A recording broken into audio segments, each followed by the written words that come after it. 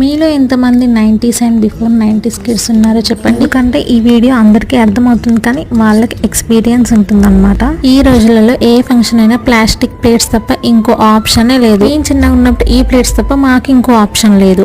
ఈ ప్లేట్స్ కే ముందు ఆర్డర్ ఇచ్చి తెప్పించేవారంట. ఇప్పుడు ఏ చిన్న ఫంక్షన్ అయినా బఫే లేదా టేబుల్ సిస్టమ్. మాకైతే కింద కూర్చోబెట్టి ఈ ఆకులేసి అన్నం పెట్టేవారు. ఇంకా ఈ ప్లేట్స్ లో చారు పోసుకుంటే అయితే మొత్తం కిందికే పోయేది. ఇంకొన్నిసార్లు అయితే ఆ పుల్లలు ఉన్నాయి కదా ఏకంగా ముద్దలోకే వచ్చాయి. కానీ ఇప్పుడు ప్లాస్టిక్ ప్లేట్స్ వల్ల ఎన్ని అనారోగ్యాలు ఉన్నాయో ఈ ప్లేట్స్ వల్ల అన్ని ఆరోగ్యాలు ఉన్నాయి. ఇవి మోదుక చెట్టు ఆకులు. హోలీ చెట్టు అంటే ఐడియా ఉంటుంది కదా చాలా వరకు. ఆ చెట్టు ఆకులు అన్నమాట. దీని వల్ల చాలా బెనిఫిట్స్ ఉన్నాయి. ఎవ్రీడే ఈ ఆకులు తినడం వల్ల దీర్ఘకాలిక రోగాలు ఉంటాయి.